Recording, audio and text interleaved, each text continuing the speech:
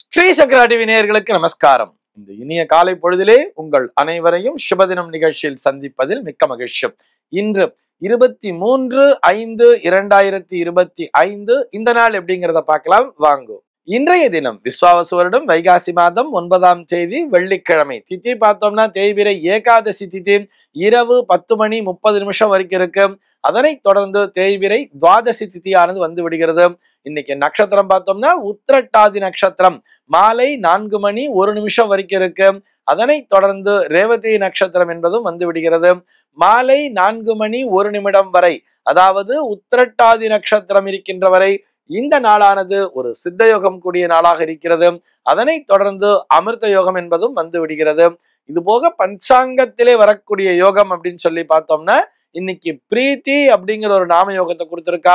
கரணம் பார்த்தோம்னா பவம் அப்படிங்கிற ஒரு கரணத்தை கொடுத்திருக்கா. இந்த நாளானது ஒரு மேல் நோக்கு நாளாக அமைந்திருக்கிறது. இன்னைக்கு என்ன ஸ்பெஷல் அப்படின்னு சொல்லி பார்த்தோம்னா இன்றைய தினம் பஞ்சாங்கத்திலே சர்வ ஏகாதசி அப்படிங்கிறத கொடுத்திருப்பா. இந்த ஏகாதசியானது அபரா ஏகாதசி என்ற பெயரிலே அழைக்கப்படுகிறது. இது போக இந்த நாளானது ஒரு பிருகு ரேவதி யோகம் அப்படின்னு சொல்றார். இது எத்தனை மணிக்கு அப்படின்னு சொல்லி பார்த்தோம்னா மாலை 4:01 முதல் இந்த பிருகு ரேவதி யோகம் என்பது வருகிறது. இது என்ன பிருகு ரேவதி யோகம் அப்படின்னு சொல்லி பார்த்தோம்னா பிருகுவாசரம் அப்படின்னு சொன்னா வெள்ளிக்கிழமைக்கு பெயர். இந்த வெள்ளிக்கிழமை நாளும் ரேவதி நட்சத்திரமும் இணைகின்ற நேரத்தினை ஒரு மங்களகரமான காலமாக பார்க்கிறார்கள். இந்த நேரத்திலே எல்லா விதமான சுப நிகழ்ச்சிகளையும் செய்யலாம் அப்படிங்கிறதையும் சொல்லியிருக்கா. அது குறித்த பேச்சுவார்த்தைகளையும் துவக்கலாம் அப்படிங்கிறதுனால இன்றைய தினம் மாலை பொழுதிலே இந்த 4:01 மேல் அந்த பிருகு ரேவதி யோகம் என்பது வந்து விடுகிறது.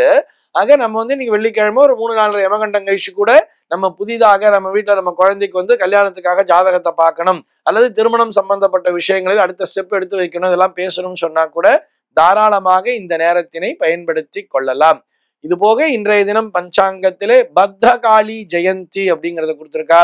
இந்த நாளானது ஒரு தேய்பிரை சுபமுகூர்த்த நாளாகவும் அமைந்திருக்கிறது. சென்னையை பொறுத்தவரை இன்றைய தினத்தினுடைய சூரிய உதயம் என்பது காலை 5:45 சூரிய அஸ்தமனம் என்பது மாலை 6:25 சந்திர அஸ்தமனம் என்பது மதியம் 2:44 சந்திர உதயம் என்பது நாளைய தினம் அதிகாலை 3 மணிக்கும் சம்பவிக்கிறது.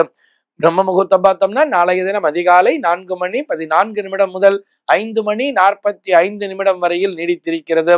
சென்னையை பொறுத்தவரை இன்றைய தினத்தினுடைய ராகு காலம் என்பது பகல் 10:30 முதல் மதியம் 12:05 வரையிலும், யமகண்டம் என்பது மதியம் 3:15 முதல் மாலை 4:50 வரையிலும், குளிகை காலம் என்பது காலை 7:20 முதல் 8:55 வரையிலும் சம்பவிக்கிறது.